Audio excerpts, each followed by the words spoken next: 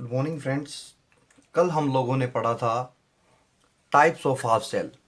Types of half cell के अंदर हम लोगों ने देख लिया था fourth one is calomel electrode and fifth one is oxidation and reduction half cell.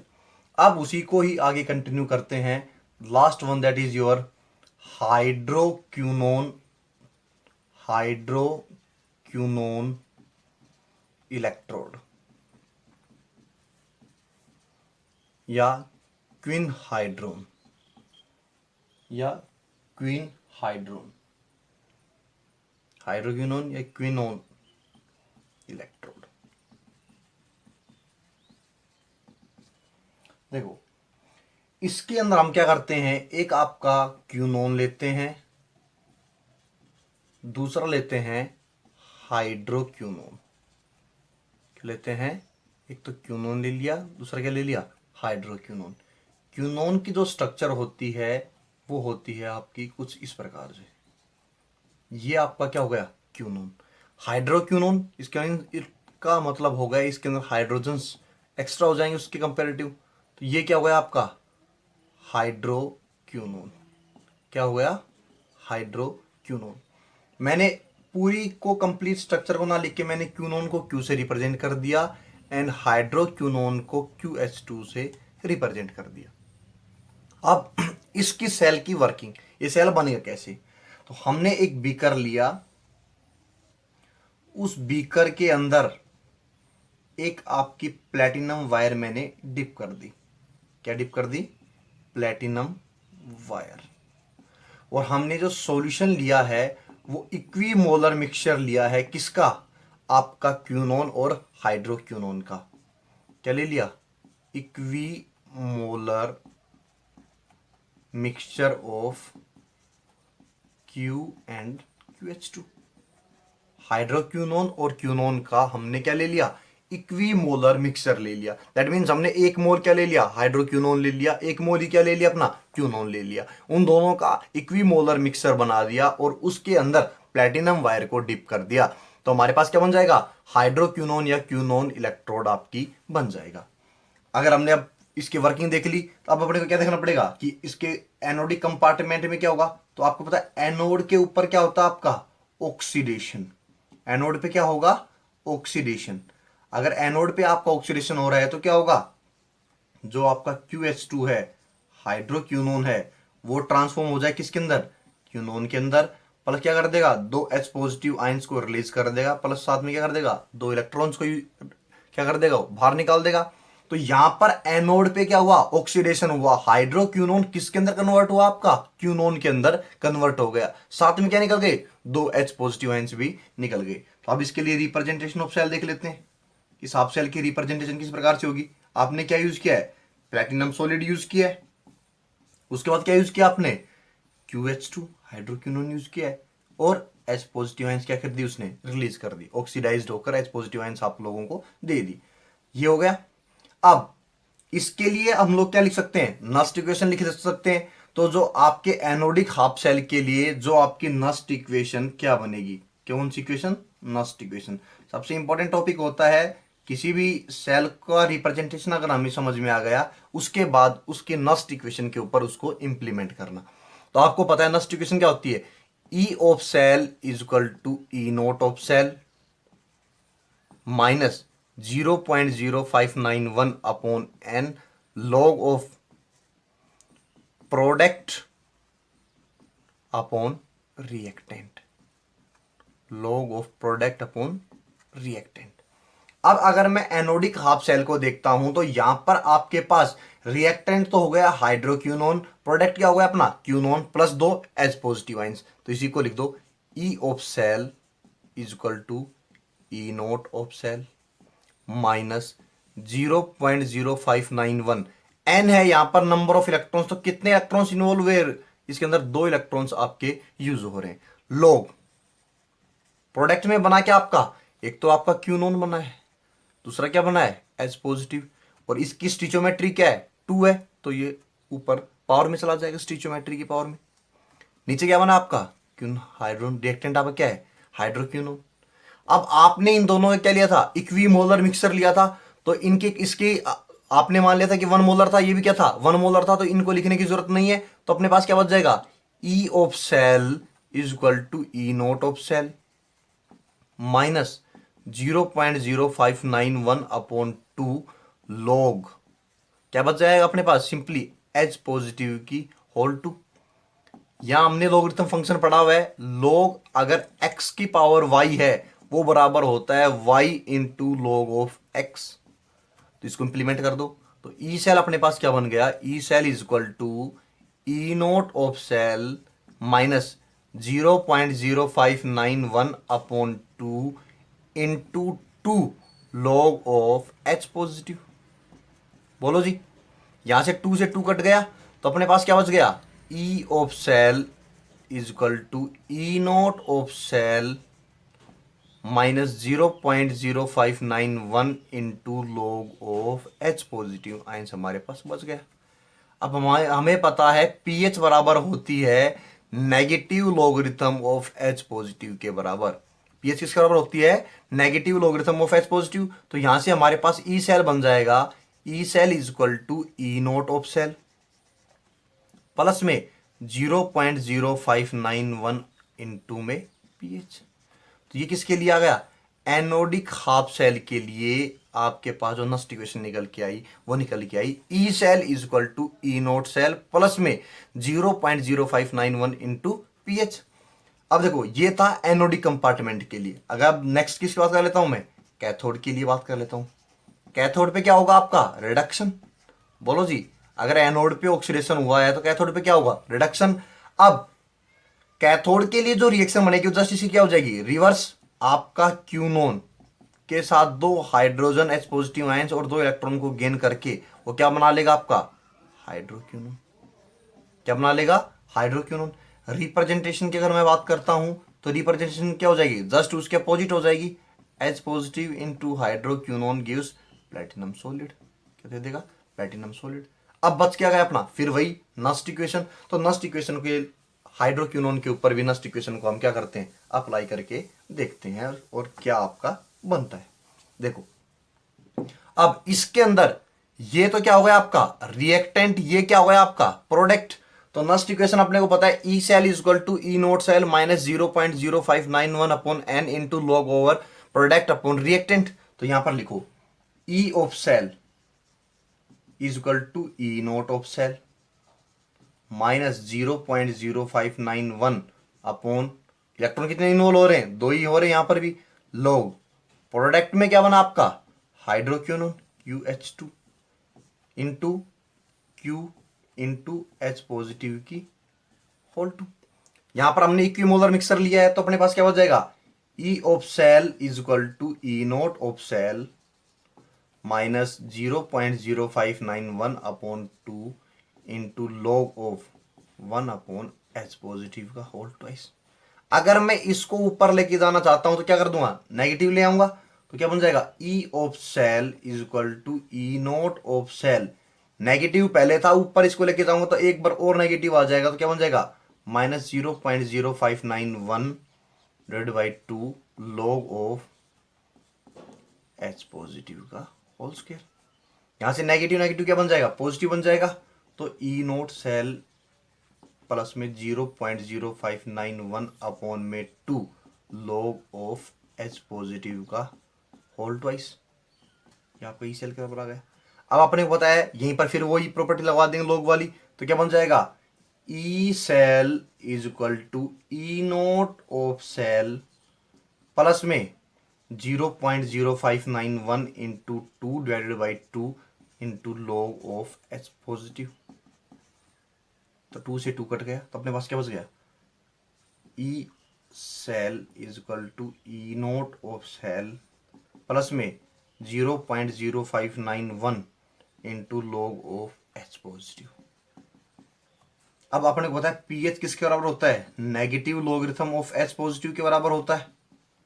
अब यहां पर पॉजिटिव है तो इसको क्या कर सकता हूं, पॉजिटिव को अगर मैं चाहूं तो लिख सकता हूं माइनस ऑफ माइनस के बराबर। बोलो भाई, पॉजिटिव को क्या लिख सकता हूं, माइनस ऑफ माइनस, क्योंकि 2 बार अगर माइनस का प्रोडक्ट करूं तो क्या आएगा, अल्टीमेट पॉजिटिव आएगा।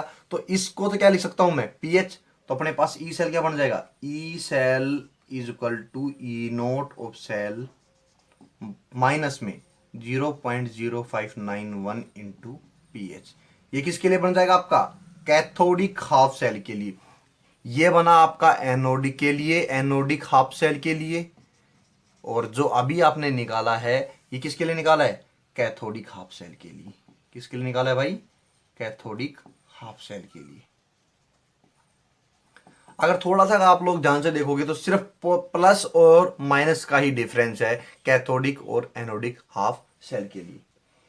इसी किससे रिलेटेड एक क्वेश्चन कर लीजिए। समझ में आया भाई?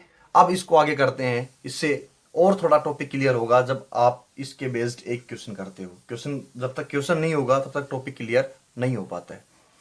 Calculate the E cell for the given reaction. Question दे दिया calculate E cell, electromotive force आपसे कैलकुलेट करवा लिया उसने। इन दी गिवन रिएक्शन, आपको रिएक्शन दे दी, रिएक्शन दे दी आपको, क्यूनोन की रिएक्शन करवा दी किसके साथ? 2H पॉजिटिव प्लस 2 इलेक्ट्रॉन का गेन करवाकर उसने बना दिया हाइड्रोक्यूनोन। क्या बना दिया? हाइड्रोक्यूनोन। अब उसने साथ ही साथ दे दिया आपको E note of cell. E note of cell आपको गिवन करके दे रखा है, दैट इज 1.30 वोल्ट और एट pH 7, और pH की भी दे दी आपको 7 pH के ऊपर। अब आपको पता चल गया कि इससे क्या निकालना है? ई सेल निकालना है। तो ई सेल निकालने के लिए सिंपलेस्ट नस्ट इक्वेशन अप्लाई करो। तो E cell is equal to E note of cell minus 0.0591 n, 2 electron involve हो रहे हैं, लॉग ऑफ क्या जाएगा ऊपर QH2 hydroquinone, quinone into H positive का होल स्क्वायर। ये इक्विमोलर मिक्सर लेते हैं जब भी हम कौन से लेते हैं? हाइड्रोक्यूनोन इलेक्ट्रोड लेते हैं। तो अपने पास क्या बच गया? E of cell, E naught की वैल्यू उसने दे दी 1.30, 2 इलेक्ट्रॉन इन्वॉल्व हो रहे हैं तो क्या कर दूं 0.591 upon 2 into log of 1 upon H positive की होल ट्वाइस। इसको ऊपर लेके जाऊंगा तो क्या हो जाएगा? माइनस हो जाएगा। तो ई ऑफ सेल, तो अपने को पता है फॉर्मूला अगर पुट करें तो क्या आएगा? Simply 0.0591 upon 2 into 2 into pH. यही फॉर्मूला था अपने पास। अपने ही पास पीएच की वैल्यू दे दी उसने, ई सेल की वैल्यू दे दी, तो अपने पास क्या गया? E cell is equal to 1.30 minus 0.0591 into pH कितनी दे रखी है? 7 दे रखी है। तो इसको जो सोल्व करेंगे तो क्या जाएगा? 1.30 और इसकी मल्टीप्लाई करूंगा तो आ जाएगा मेरे पास निकल के 0.4137। तो हमारे पास यहाँ से क्या आ जाएगी? ई सेल की वैल्यू आ जाएगी जो आएगी 0.88 के अप्रोक्सीमेट। तो इसको इक्वेट लिख सकता हूँ 0.9 के बराबर। तो हमारे पास क्या आंसर हो जाएगा? 0.9 वोल्ट। इलेक्ट्रोमोटिव फोर्स अपने पास क्या आ जाएगा? 0.9 के अप्रोक्सीमेट आ जाएगा। ठीक है जी, ये था। आप लोग इसको सिंपली भी अप्लाई कर सकते थे, आपको पता है, क्योंकि ये जो रिएक्शन है इसमें क्या हो रहा है? आपका रिडक्शन है। ये कैथोडिक हाफ सेल के लिए रिएक्शन थी जो अभी आपने पढ़ा था। ये कैथोडिक हाफ सेल वाली रिएक्शन बनती। कैथोडिक हाफ सेल के लिए अपने नस्ट इक्वेशन जो निकाली थी वो क्या निकलती है? E of cell is equal to E note of cell minus 0.0591 into pH. Simply हम डायरेक्टली ये भी अप्लाई कर सकते थे। अगर जिसको डायरेक्टली फॉर्मूला याद नहीं था वो एक बार इक्वेशन के अंदर पुट करके देख सकता है कि आपका फॉर्मूला क्या आएगा। रटने की जरूरत नहीं है। अगर नहीं फॉर्मूला याद तो आप सिंपली नस्ट इक्वेशन अप्लाई करके देख लो। बस आपको ये पता होना चाहिए कि आपकी इलेक्ट्रोड कौन सी यूज हो रही है। अब आपकी यहां पर हाइड्रोक्यूनोन इलेक्ट्रोड थी तो आपको ये बात पता चलता है कि हाइड्रोक्यूनोन जो अपनी इलेक्ट्रोड बनती है वो इक्विमोलर मिक्सर रेशियो लेने से बनती है। तो 1 मोल आपने क्या लिया होगा? हाइड्रोक्यूनोन का लिया होगा। 1 मोल आपने किसका लिया होगा? क्यूनोन का लिया होगा। तो ये थे आपके टाइप्स ऑफ हाफ सेल। अब पढ़ते हैं application of EMF, electromotive force के एप्लीकेशन क्या क्या हैं उनको एक एक करके डिस्कशन करना स्टार्ट कर दें। सबसे first one is application of EMF. Heading क्या हुई अपनी? अब application of EMF, electromotive force आपने जो मेजर किया है उसके बेनिफिट क्या हुआ है। सबसे पहला बेनिफिट हुआ है determination of thermodynamic data. determination of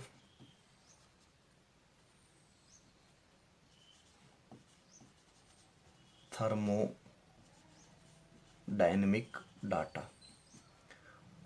आप लोगों ने जो ई सेल निकाला, इस ई सेल की हेल्प से हम थर्मोडायनेमिक डाटा को भी कैलकुलेट कर सकते हैं।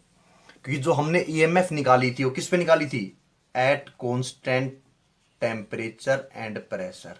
At constant temperature and pressure के ऊपर, एट कांस्टेंट टेम्परेचर और प्रेशर के ऊपर अगर मैं बात करता हूं तो हमारे पास जो डेल्टा जी आया था वो किसके बराबर आता है? डेल्टा जी हमारा बराबर आता है minus n F E cell के बराबर। किसके बराबर आता है? Minus n F E cell के बराबर आता है। अगर यहां से अपने पास क्या गया? Delta G equal to minus n F E cell के बराबर। अगर मैं थर्मोडायनेमिक स्क्वायर की बात करता हूं, सत्य प्रकाश वेरी टैलेंटेड हे गोड ए यू, तो यहां से अपने पास जो डी जी की वैल्यू आती है तो डी जी आपके बराबर हो जाएगा, डी जी बराबर होता है आपका V D P minus S D T. किस बराबर होता है? V D P minus S D T.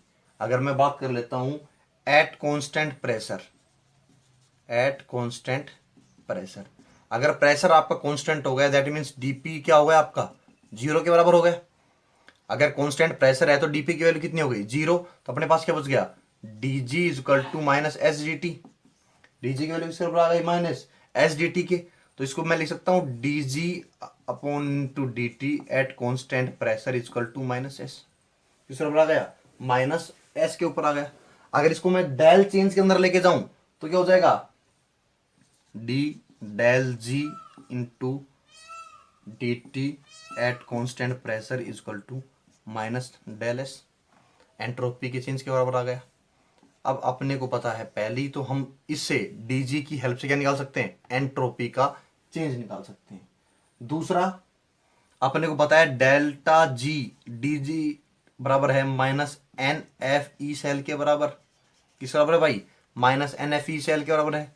तो अब इसकी डेल्टा जी की वैल्यू इसके अंदर अगर पुट करता हूं तो क्या जाएगा? D minus n F E of cell into D T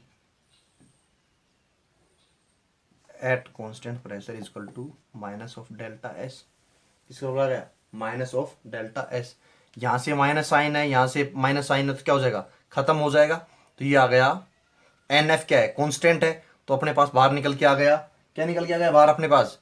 N F d E of cell into D T at constant pressure is equal to minus n F बाहर निकाला था, यहां से क्या गया? Delta S. तो ये कट गया। तो अपने पास क्या बच गया? Del E cell upon D T is equal to delta S upon n F. अगर आप डिफरेंशिएट कर दोगे ई सेल को तो वो आपको एंट्रोपी का फॉर्म में आपको आंसर दे देगा। किसकी फॉर्म में दे देगा? एंट्रोपी की फॉर्म में आपको आंसर मिल जाएगा। एक तो यहां से आपने ये रिलेशन निकाल लिया, पहला रिलेशन ये निकाला, दूसरा रिलेशन इससे एक और ड्राइव कर लिया। अगर मैं इनको देखूं, ये दोनों के दोनों कांस्टेंट, अगर मैं इनको इंटीग्रेट कर दूं, इसको क्या कर दूं? मैं इंटीग्रेट कर दूं। क्या कर दूं? मैं इसको इंटीग्रेट कर दूं। अगर मैं इसको इंटीग्रेट करूंगा तो क्या आ जाएगा? डेल ई ऑफ सेल को इंटीग्रेट कर दिया delta S upon n F into D T, दोनों को अलग लेके इसको इंटीग्रेट कर दिया, इधर से इनको इंटीग्रेट कर दिया। अब जैसे मैं इसको इंटीग्रेट करूंगा, लोअर लिमिट E1, इसकी अपर लिमिट E2, इसकी लोअर लिमिट क्या हो जाएगी आपकी? T1, इसकी अपर लिमिट क्या हो जाएगी? T2। जैसे मैंने इसको इंटीग्रेट किया तो अपने पास क्या गया? E इंटू E1 E2, यहाँ से क्या गया? Delta S upon n F, ये क्या आ गया? T1 और T2। तो आ जाएगा मेरे पास E2 minus E1 is equal to delta S upon n F T2 minus T1। Means अगर आपके पास दो फंक्शन दे दो, एंट्रोपिक दे दी, दो क्या दे दिया? दो आपको दे दिए इलेक्ट्रोमोटिव फोर्स, दो ईएमएफ दे दिया आपको, और क्या दे दिया आपको? दो टेम्परेचर दे दिया आपको, 2 टेम्परेचर आपको गिवन कर दिए, तो वहां से आप लोग कितने इलेक्ट्रॉन्स इन्वॉल्व हो रहे हैं, तो उससे आप डेल्टा एस की वैल्यू कैलकुलेट कर सकते हैं। किसकी वैल्यू कैलकुलेट कर सकते हैं भाई? डेल्टा एस की वैल्यू हम लोग कैलकुलेट कर सकते हैं। इक्वेशन के द्वारा देखिए कैसे हम इसको कैलकुलेट करते हैं।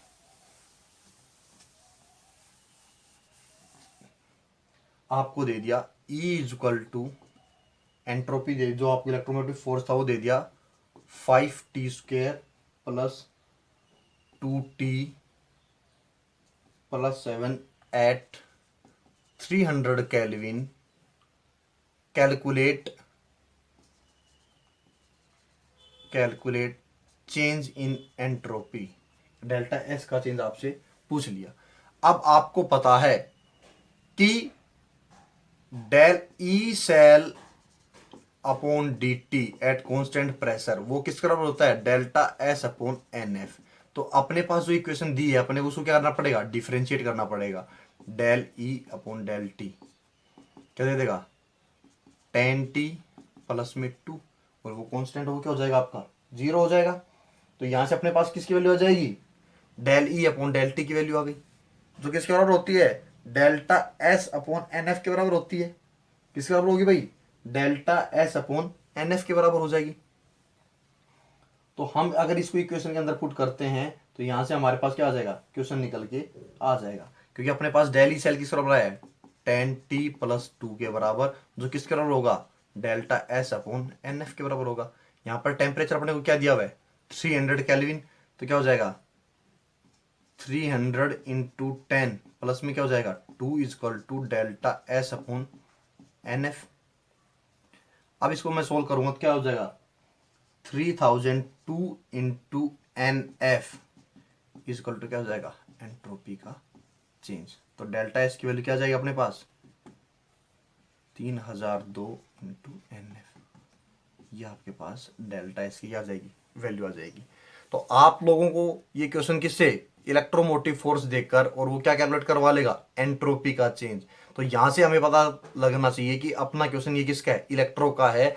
हमें ई सेल की हेल्प से क्या निकाल सकते हैं हम? एंट्रोपी का चेंज भी निकाल सकते हैं। पहली क्वेश्चन आपने देखा था तो del G upon del T at constant pressure आया था, वो माइनस डेल एस के बराबर आया था।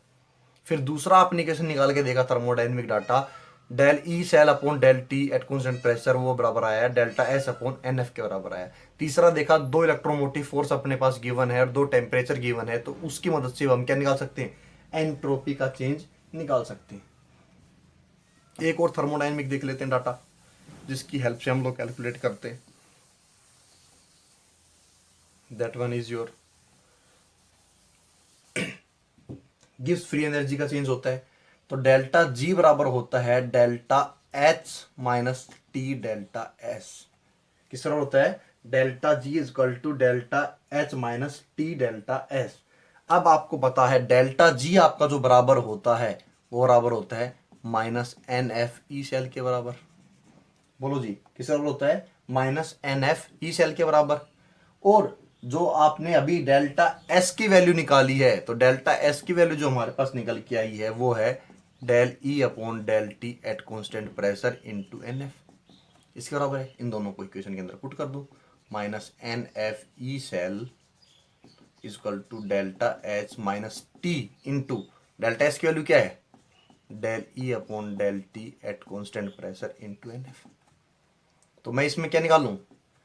डेल्टा एच एंथैल्पी का चेंज, जो बराबर हो जाएगा minus n F E cell plus में T into del E upon del T at constant pressure into n F.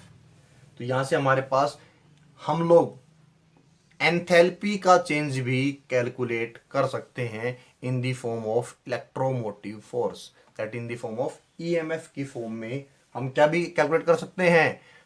Enthalpy का चेंज। पहला था आप ईएमएफ की हेल्प से थर्मोडायनेमिक डाटा को कैलकुलेट कर सकते हैं। हम क्या कर सकते हैं? पहला एप्लीकेशन था किसका? ईएमएफ का, कि उसकी हेल्प से हम थर्मोडायनेमिक डाटा को कैलकुलेट कर सकते हैं। Second one is determination of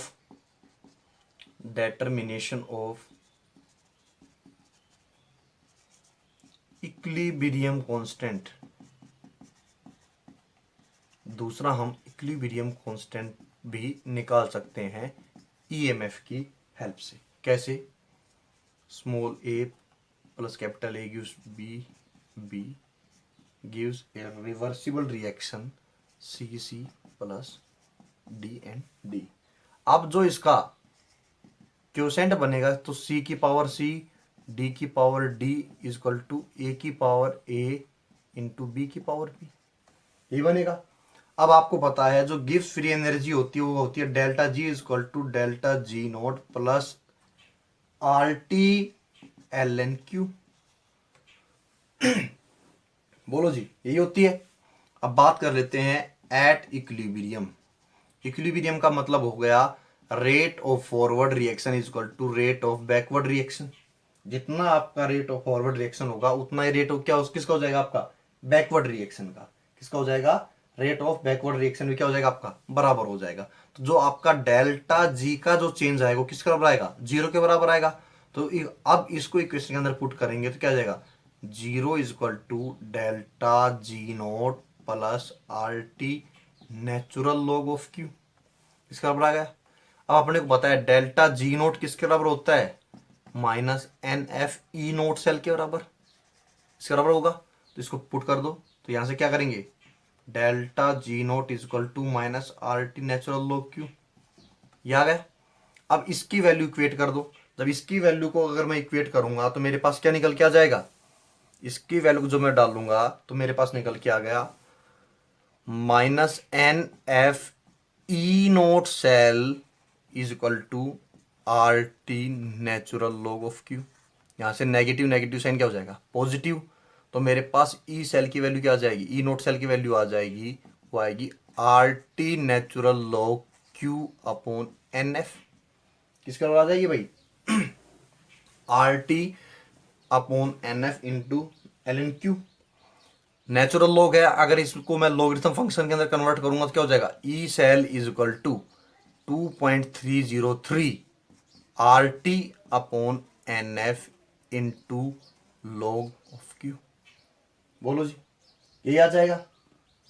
अरे बोलो भाई, इसका बराबर आ जाएगा। अब यहां पर मैं Q को Q ना लिखकर, क्योंकि मैंने क्या ले लिया? इक्विलिब्रियम ले लिया, तो Q की जगह क्या हो जाएगा? K इक्विलिब्रियम हो जाएगा। जिसको मैं किसके बराबर इक्वेट कर सकता हूं? K इक्विलिब्रियम के बराबर। तो मेरे पास जो वैल्यू निकल के आई वो क्या निकल के आ जाएगी? log K equilibrium is equal to E note cell into n F divided by 2.303 R T. अरे बोलो जी, ये वैल्यू निकल के आएगी। log K इक्विलिब्रियम आ गया अपने पास n E note cell upon क्या गया? F 2.303 upon R T. तो इसको मैं लिख सकता हूं log of K equilibrium is equal to n E note cell upon 0.0591 के बराबर हमारे पास आ गई। बोलो जी, हो गया। या इसको और सिंप्लीफाइड वे में लिखना याद करना चाहता हूं तो क्या लिख सकता हूं? log of K equilibrium is equal to 16.92 into n into E note cell. आपको K इक्विलिब्रियम पूछे और आपको ई नोट सेल की वैल्यू दे दे और नंबर ऑफ इलेक्ट्रॉन्स दे दे तो आप डायरेक्टली क्वेश्चन को सोल्व करने की जरूरत नहीं है। सिंपली आप इस इक्वेशन के अंदर पुट करो। अपने को पता है log ऑफ K इक्विलिब्रियम वो बराबर होता है 16.92 into n of E note cell के बराबर। तो आप लोग डायरेक्टली क्या कर सकते हो? उससे अपना आंसर निकाल सकते हैं। ठीक है जी, ये था आज के लिए। Thank you.